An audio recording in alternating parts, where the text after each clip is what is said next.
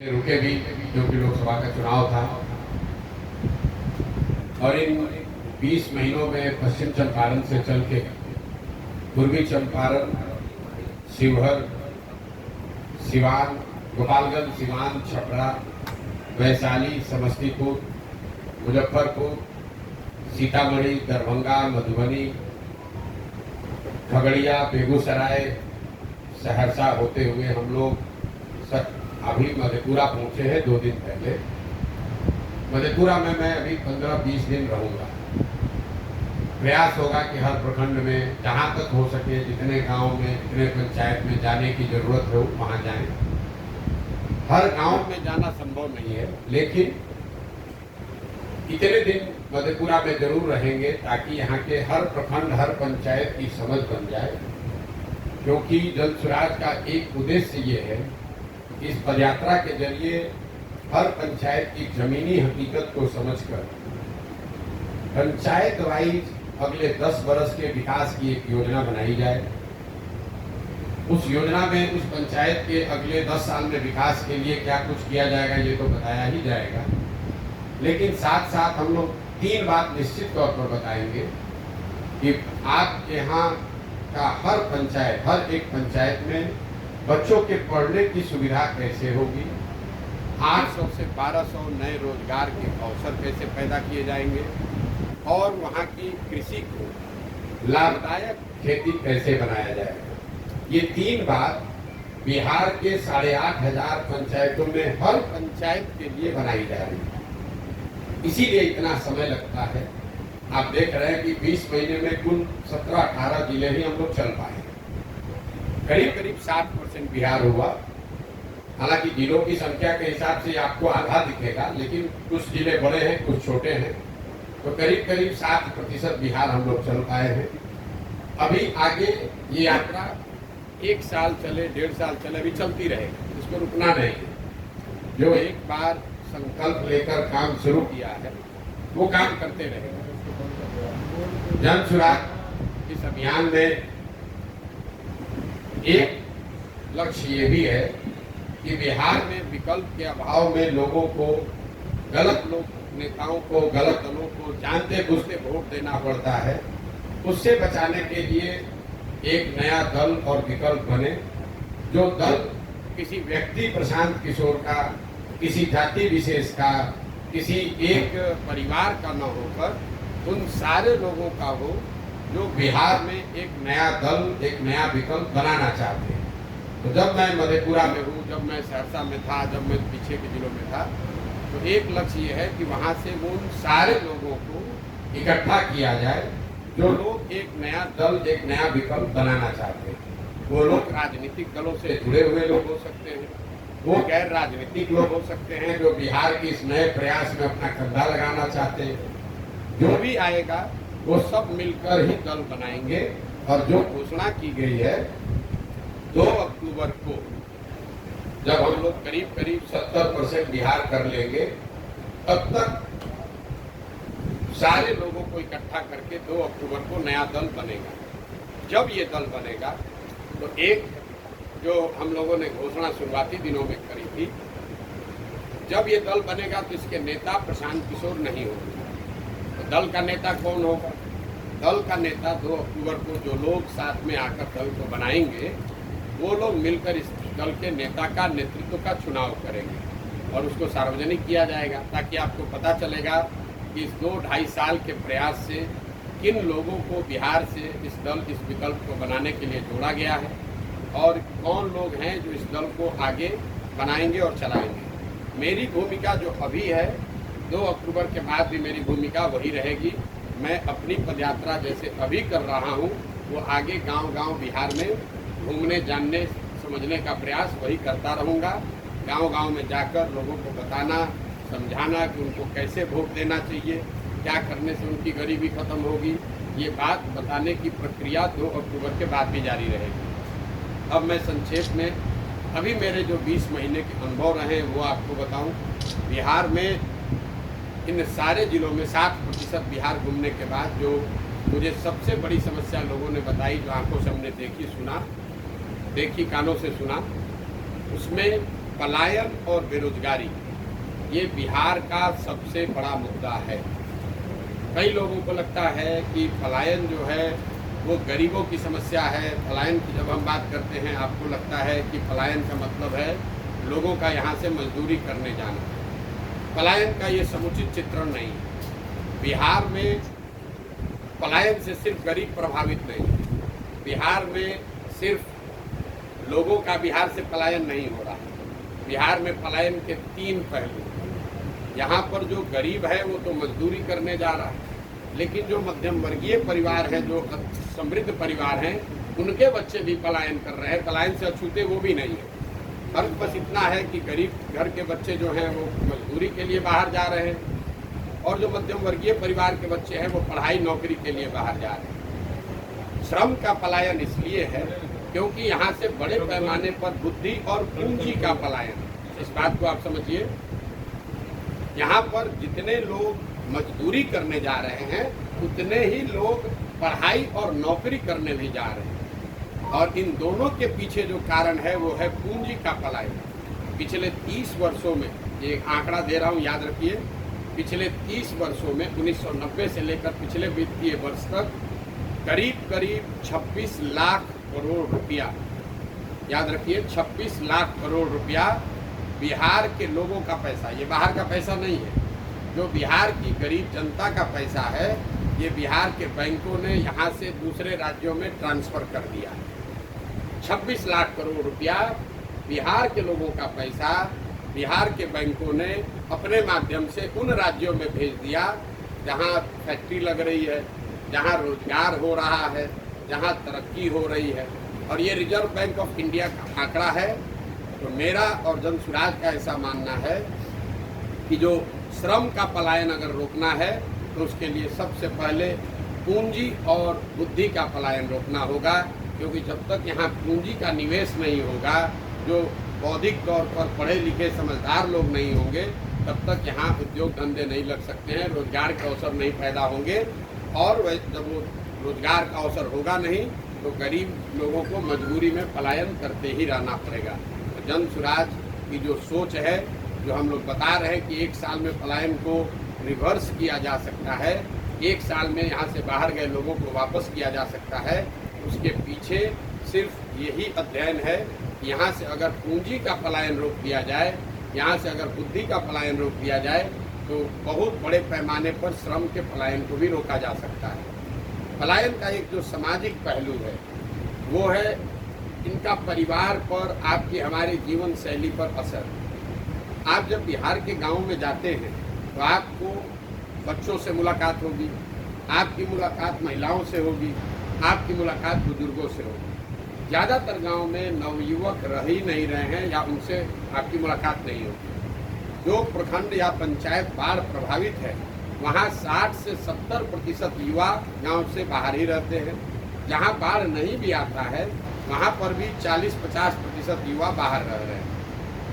पर इस लंबे समय तक चले पलायन का असर ये हुआ है कि परिवार की संकल्पना ही खत्म हो गई है। शायद ही कोई आपको घर ऐसा मिलेगा जहाँ पर आपको पति पत्नी, बाल बच्चे और माता पिता एक साथ रहते हुए मिले।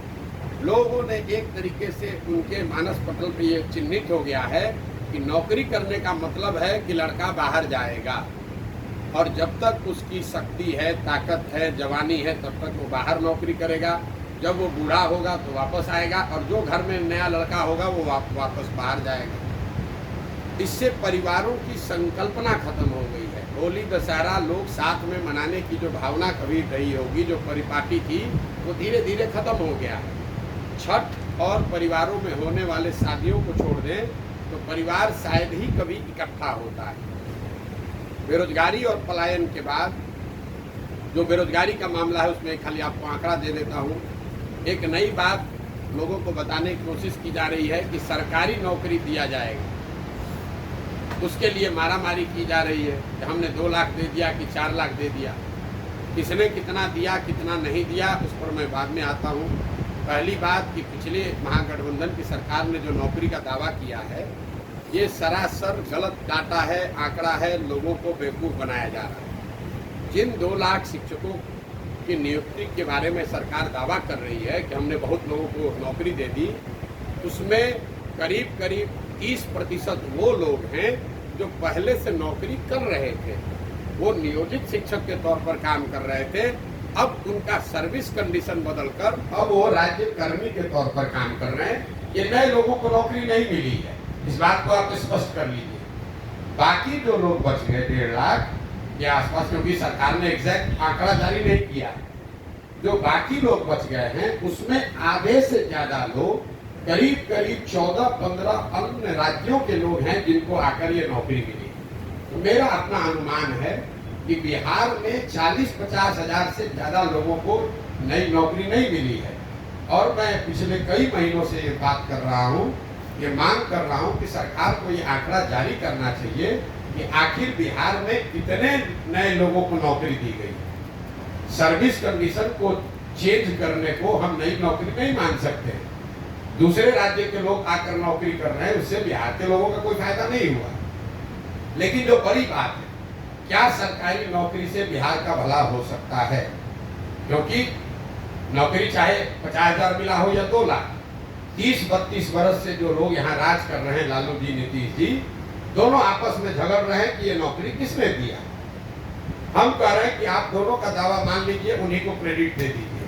तो एक आंकड़ा आपको दे रहे हैं, बिहार में चपरासी से लेकर मुख्य सचिव तक, चपरासी से लेकर मुख्य सचिव तक, नियोजित हो, कॉन्ट्रेक्चुअल एम्प्लॉय हो, रेगुलर एम्प्लॉय हो, सबकी संख्या अगर आप जोड़ दीजिएगा तो कुल जमा 1.97%, मतलब 2% से कम लोग ही सरकारी नौकरी करते हैं।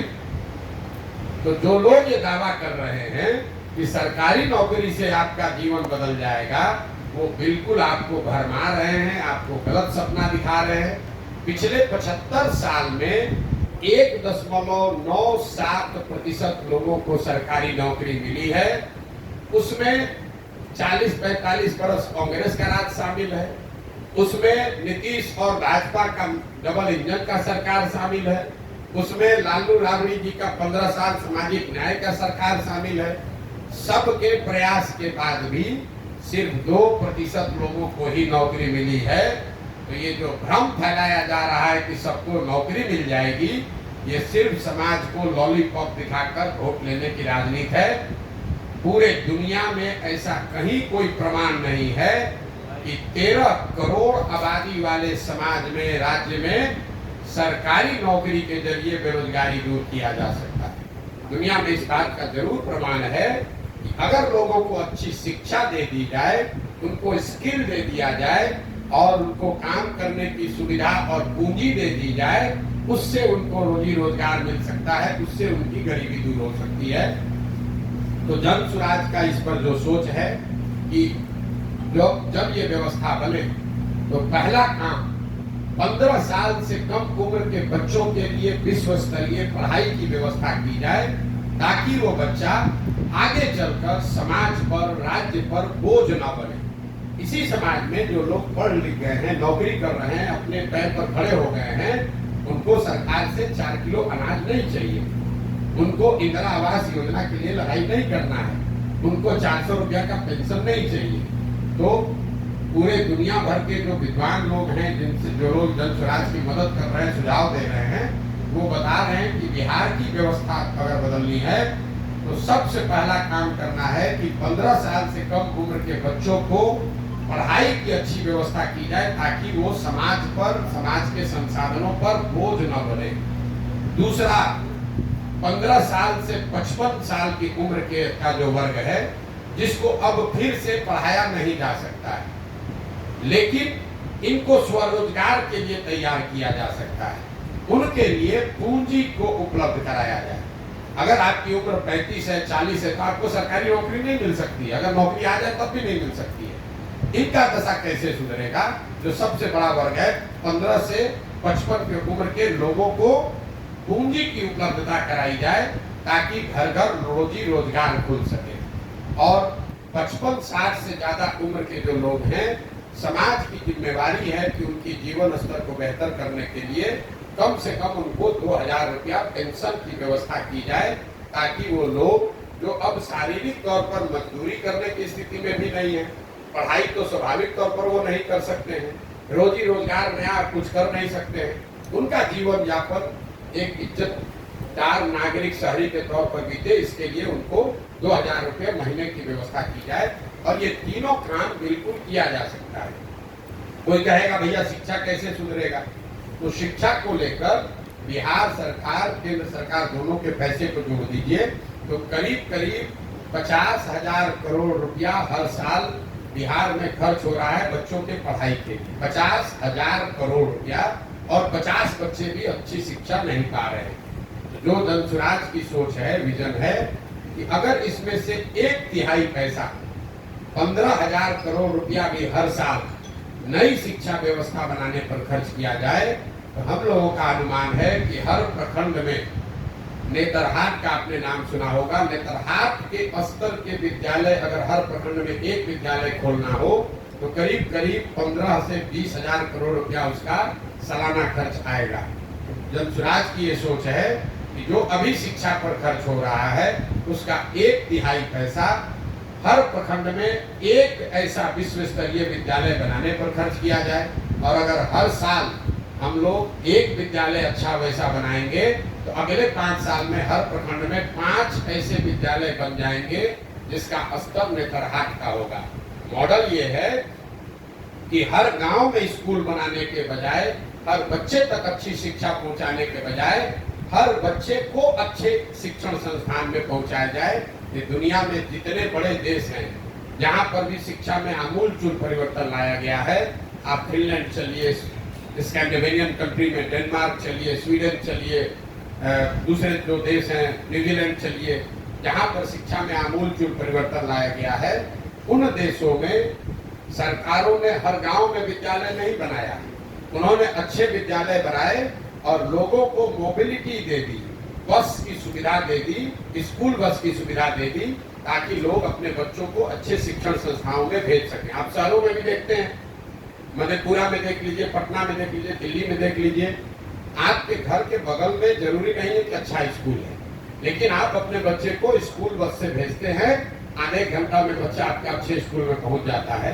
तो धनसुराज ने जो परिकल्पना की है कि हर प्रखंड में बिहार में अगर 5 अच्छे विद्यालय बना दिए जाएं तो और स्कूल बस की बढ़िया व्यवस्था बना दी जाए तो कोई भी छात्र 15 से 20 मिनट में अपने घर से स्कूल बस के माध्यम से स्कूल तक पहुंच जाएगा। तो ये धनसुराज की सोच है बिहार में शिक्षा के, प्राइमरी शिक्षा के आमूलचूल परिवर्तन के लिए। दूसरा जो मैंने आपको बताया कि 15 साल से 55 साल की उम्र के लोग जो बाहर जाकर मजदूरी कर रहे हैं या यहाँ पर मजदूरी कर रहे हैं, उनके हाथ में बैंकों के माध्यम से सस्ते दर पर पूंजी उपलब्ध कराया जाए ताकि आप अपना कोई ना कोई रोजी रोजगार कर सकें। मैं आपको एक उदाहरण देता हूँ। मान लीजिए कि आपको बाल काटने आता है, आपको बाल काटने आता है, आपके पास 20,000 रुपया है, आप सैलून नहीं खोल सकते, लेकिन अगर सरकार की कोई व्यवस्था हो जिससे 80,000 रुपया, 1 लाख रुपया आपको सस्ते दर पर लोन मिल जाए तो आप अपनी 20,000 रुपया की पूंजी जोड़कर एक सैलून खोल लेंगे, खुद उसके मालिक बन जाएंगे, 4 आदमी को रोजगार भी देंगे और आप अपना परिवार भी चलाएंगे, 4 आदमी को रोजगार भी मिलेगा। अगर वो पूंजी नहीं है, आपको बाल काटने तो आता है लेकिन पूंजी के अभाव में आप जाकर पटना में, दिल्ली में मजदूरी कर रहे हैं बाल काटने का।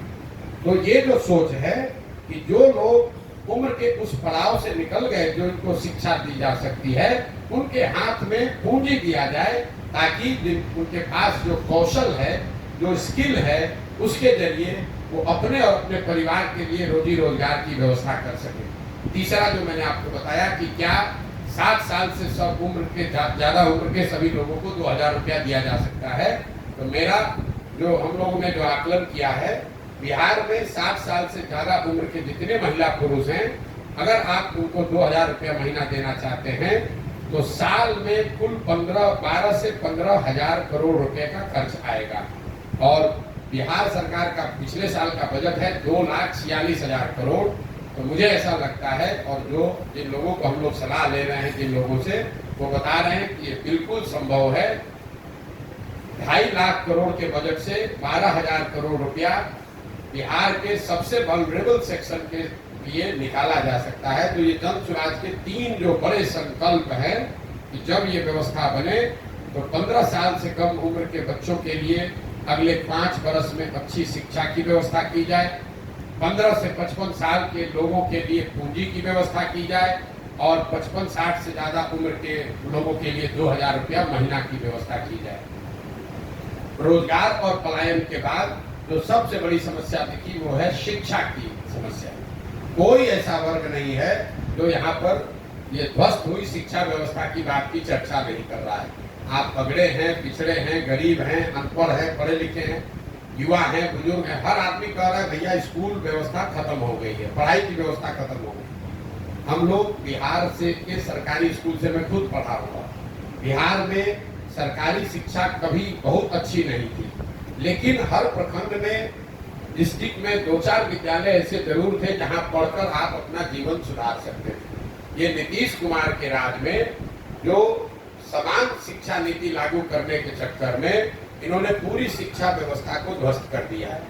नतीजा ये हुआ है कि जहां विद्यालय है, जहां भवन है, वहां शिक्षक नहीं है, जहां शिक्षक हैं वहां भवन नहीं है, जहां दोनों हैं वहां बच्चे नहीं है, जहां तीनों है वहां पढ़ाई नहीं।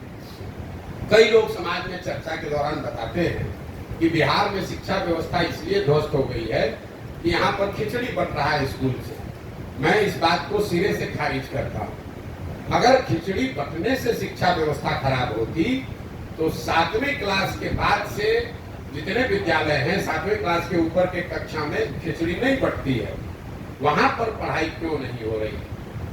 कुछ लोग ये कहते हैं कि यहाँ के शिक्षकों की जो क्वालिटी है, नियोजित शिक्षक जो हैं उनकी वजह से शिक्षा व्यवस्था खराब होगी। इस बात में भी पूरी सच्चाई नहीं है। अगर सिर्फ नियोजित शिक्षकों की वजह से शिक्षा व्यवस्था खराब होती तो आप मुझे ये बताइए कि पटना साइंस कॉलेज में, पटना कॉलेज में, सीएम साइंस कॉलेज में, लंगर सिंह कॉलेज में पढ़ाई क्यों नहीं हो रही है? वहां पर तो नियोजित शिक्षक नहीं पढ़ा रहे, वहां पर तो खिचड़ी नहीं बट रही है। अगर आप शिक्षा की बदहाली को समझना चाहते हैं तो अगर इसको आपको ध्यान से देखना पड़ेगा। इसकी बदहाली का कारण यह है कि समाज और सरकार, मैं अंडरलाइन कर रहा हूं, समाज और सरकार कहीं न कहीं दोनों की प्राथमिकताओं में शिक्षा है ही नहीं। सरकार ने शिक्षा व्यवस्था को इस तरह से खत्म कर दिया है कि सारे बच्चे अनपढ़ रहे, मजदूर रहें, ताकि 4 किलो अनाज पर, सरकारी नौकरियों के रेवड़ी के नाम पर, कुछ सरकारी बेनिफिट के नाम पर उनको वोट मिलता रहे। समाज से गलती ये हुई है कि समाज ने भी अब शिक्षण संस्थाओं को पढ़ाई का केंद्र न मानकर सरकारी सुविधा बांटने वाला केंद्र मान लिया है। आप गांव में रहते हैं, आपके विद्यालय से अगर खिचड़ी ना मिले बच्चे को तो आप जाकर हल्ला मचाते हैं कि खिचड़ी नहीं मिल रहा। अगर आपको पोशाक का, साइकिल का पैसा नहीं आया तो लोग बताते हैं कि भैया पोशाक का पैसा नहीं आया है, साइकिल का पैसा गुरुजी नहीं दे रहे हैं। लेकिन गांव में लोग ये नहीं बता रहे हैं कि यहाँ गणित का टीचर नहीं है, यहाँ हिंदी की पढ़ाई नहीं हो रही है, या यहाँ कक्षा नहीं लगता है। तो कहीं न कहीं समाज और सरकार दोनों की प्राथमिकताओं में शिक्षा खत्म हो गई है। वही कारण है कि शिक्षा का इतने बड़े स्तर पर यहाँ पतन हुआ है। खिचड़ी बंटना और शिक्षकों की क्वालिटी एक छोटा पहलू है। तीसरी जो सबसे बड़ी समस्या है वो किसानों की समस्या है। बिहार में जो किसान है उसकी बड़ी बदहाली है। कई लोगों को लगता है कि किसान तो भैया ऐसे ही रहेगा। तो मैं हमेशा बताता हूँ यही खेती किसानी करके हरियाणा, पंजाब में लोगों ने, किसानों ने कितना पैसा कमाया है कि आप सुनते हैं, हम लोग देखते हैं कि बिहार के गांव-गांव से लोग जाते हैं पंजाब में मजदूरी करने। तो ऐसा क्या अलग है पंजाब की खेती में और बिहार की खेती में कि वहाँ के लोग खेती से पैसा कमा रहे हैं और हम लोग यहाँ खेती करने वाले लोग के खाने के लाले पड़े हैं। उसके मूल में 3 बातें। पहला है जल का कुप्रबंधन। यहाँ जो जल का संसाधन है, जो पानी का की व्यवस्था है, वो इतना उसकी अव्यवस्था है। यहाँ पर हम लोग जब पानी की बात करते हैं तो लोग समझते हैं बाढ़ की बात है।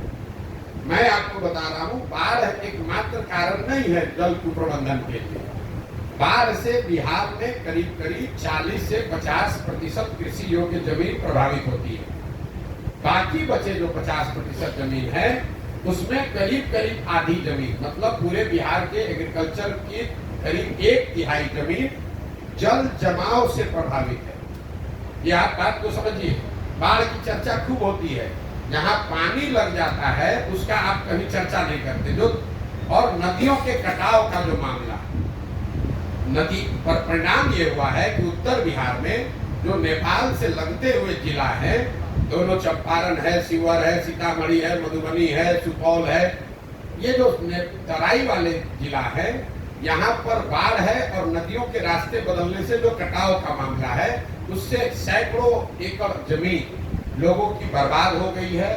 अच्छे खासे किसान, ओवरनाइट नदी ने रास्ता बदला, आपके जमीन पर बालू पड़ गया, आप बिल्कुल मजदूर गरीब हो गए। लेकिन जब आप तराई के जिलों से नीचे जाएंगे, आप गोपालगंज जाइए, गोपालगंज के बाद सिवान जाइए, सिवान के बाद छपरा जाइए, समस्तीपुर, वैशाली, मुजफ्फरपुर, दरभंगा, खगड़िया, इन जिलों में आप देखेंगे हर पंचायत में हजारों एकड़ जमीन ऐसी है जहां जल जमाव है, पानी निकलता ही नहीं है, वहां एक ही फसल होती है। इस पर कोई सरकार की चर्चा, न प्रेस में कोई बात होती है। लोकल स्तर पर लोग बात करते हैं कि भैया यहाँ 2000 एकड़ पानी लगा रहता है, लेकिन सरकार का कोई समुचित इस पर प्रयास नहीं है। और तीसरा पहलू है सूखे की। बिहार देश में यह आंकड़ा याद रखिए, बिहार देश के बड़े राज्यों में एकमात्र ऐसा राज्य है जहां पिछले 10 वर्ष में सिंचित भूमि की मात्रा 11% से कम हो गई। याद रखिए, 10 साल में सिंचाई वाली जमीन 11% से कम हो गई। ऐसा क्यों? जो पहले से भी नहर बने हुए थे, जो नलकूप थे, माइनर इरिगेशन के प्रोजेक्ट थे, वो रख रखाव के अभाव में बंद हो गया है। तो जब हम लोग गांव देहात में चलते हैं तो लोग बताते हैं भैया ये नहर है, पानी कभी आता था, अब नहीं आता है, यहाँ बोरिंग था, कैनाल था, अब बंद हो गया है। तो ये जो पहली समस्या है, बाढ़, जल जमाव और सूखा, इन तीनों को मिलाकर जो इतना बड़ा कुप्रबंधन है कि करीब करीब 2/3 जमीन या तो बाढ़ से प्रभावित है, या जल जमाव से प्रभावित है, या पानी नहीं रहने के वजह से सूखे से प्रभावित है। दूसरी बड़ी समस्या है भूमि सुधार की। बिहार में समाजवाद की बात हुई, सामाजिक न्याय की राजनीति हुई, लेकिन बिहार में आपने भूमि सुधार की चर्चा कभी नहीं सुनी होगी। नतीजा ये है कि पूरे देश में 100 में 38 लोगों के पास जमीन नहीं है, जबकि बिहार में 100 में 60 लोगों के पास 1 इंच 1 धूर जमीन नहीं है। याद रखिए, 100 में 60 लोगों के पास बिहार में जमीन नहीं है। हजारों एकड़ जमीन ऐसी है जिसका मालिकाना हक भूमि सुधार लागू नहीं होने की वजह से डिस्प्यूटेड है। आप किसी भी कोर्ट कचहरी में चले जाइए, करीब करीब 1/3 केस कोर्ट में जमीनों के मालिकाना हक को लेकर जुड़ा हुआ है। तो जब जमीनों का मालिकाना हक क्लियर ही नहीं है, इसीलिए आपको दिखता है कि उनकी प्रोडक्टिविटी कम है, उसमें आप इन्वेस्टमेंट नहीं कर सकते। दूसरा जो इससे जुड़ा हुआ भ्रष्टाचार है, आपको रसीद कटाना है, दाखिल खारिज कराना है, 2000, 5000, 10,000, 20,000 रुपया दीजिएगा तभी काम होगा। पूरा ये जो भूमि राजस्व का मामला है, ये अंचलाधिकारी, उसके नीचे प्रखंडों में 1-2 कर्मचारी और 4-5 दलाल जिसको अटर्नी करते हैं, इन्हीं के कंधों पर है। यही लोग रजिस्टर 2 मेंटेन करता है, यही आपको जमीन का मालिक बनाता है, यही आपके जमीन पर डिस्प्यूट खड़ा करता है और यही आपसे पैसा कमाता है। बिहार में सबसे जरूरी है भूमि सुधार, भूमि का नाप फिर से किया जाए, भूमि का मालिकाना हक तय किया जाए।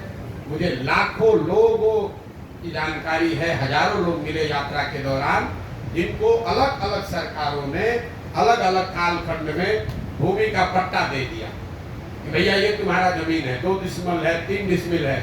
जिसको पट्टा दिया उसको जमीन का हक नहीं मिला, जिसका जमीन एक्वायर किया गया उसने जमीन छोड़ा नहीं। नतीजा हुआ कि पूरी जमीन, कोई सरकारी कर्म हुआ है, कोई डिस्प्यूट में दूसरे वजह से है। ज्यादातर लोग अपनी जमीन को बेच ही नहीं सकते। आप जमीन बेचने जाइएगा तो पता चलेगा उसमें अब डिस्प्यूट है।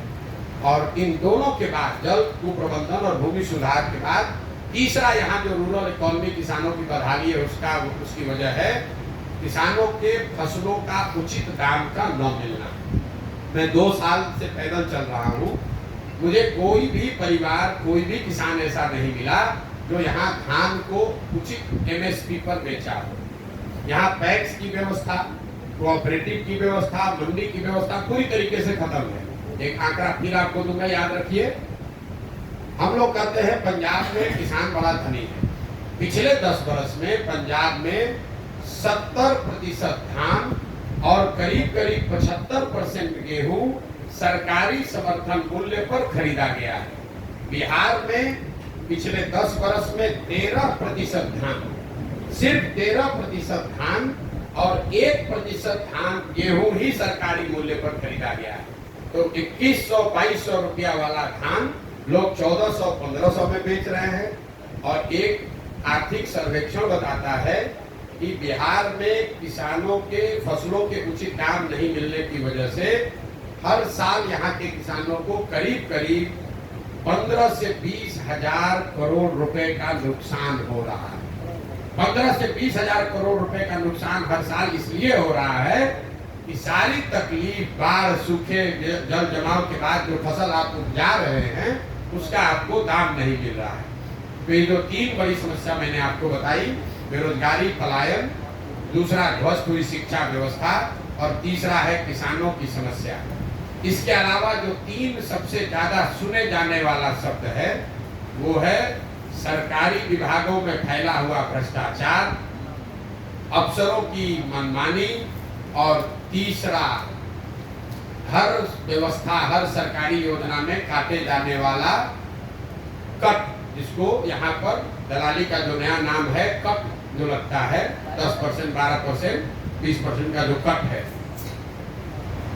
कोई ऐसा डिपार्टमेंट नहीं है जहां लोग बताते हैं कि 2-4-5 हजार रुपया दिए बगैर काम हो सकता है। चाहे आपको राशन कार्ड बनाना हो, चाहे जमीन का दाखिल खारिज कराना हो, चाहे आपको पासपोर्ट बनाना है, जातीय प्रमाण पत्र बनाना है, कोई भी ऐसा काम सरकारी नहीं है जहां बिना पैसा दिए हुए आपको काम हो जाए।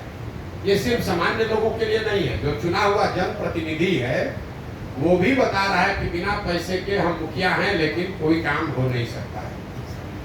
दूसरा, जो ये सरकारी अफसरों की तानाशाही, अफसरशाही जो शब्द है, बिहार में लोगों ने अपराधियों का जंगल राज देखा है।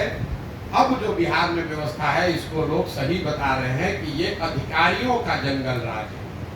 आप चाहे सामान्य नागरिक हैं, आप पत्रकार हैं, चुने हुए प्रतिनिधि हैं, होगा वही जो अफसर चाहेगा।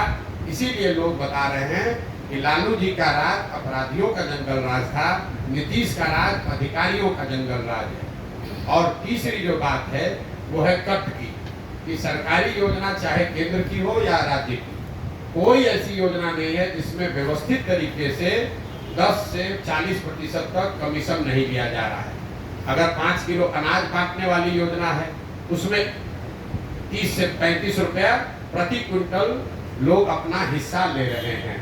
उसमें ज्यादातर जगह पर विधायक शामिल हैं, उनका भी 6 से 8 रुपया प्रति माह उनको पैसा उसमें मिल रहा है।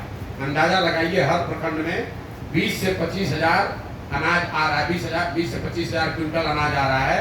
हर क्विंटल पर 32 से 35 रुपया अनाज के से कमीशन काटा जा रहा है, जो कि अधिकारी और जनप्रतिनिधियों के बीच में बांटा जा रहा है। यही कारण है कि यहाँ पर लोगों को अनाज 5 किलो नहीं 4 किलो ही मिल रहा है। मनरेगा को देख लीजिए, मनरेगा में 100 रुपया जो मनरेगा में आना चाहिए था, 60 रुपया वो तो आया ही नहीं। मनरेगा का यूटिलाइजेशन, ग्रामीण विकास चलाने वाले मंत्री और सरकार यहाँ इतना उनका चमड़ी मोटा हो गया है कि पिछले साल 100 रुपया मनरेगा का जो मिलना चाहिए था दिल्ली से, हम लोग सिर्फ 40 रुपया लेकर आए, 60 रुपया लेकर ही नहीं आए। ये लोग मांग कर रहे हैं कि हमको विशेष राज्य का दर्जा मिलना चाहिए।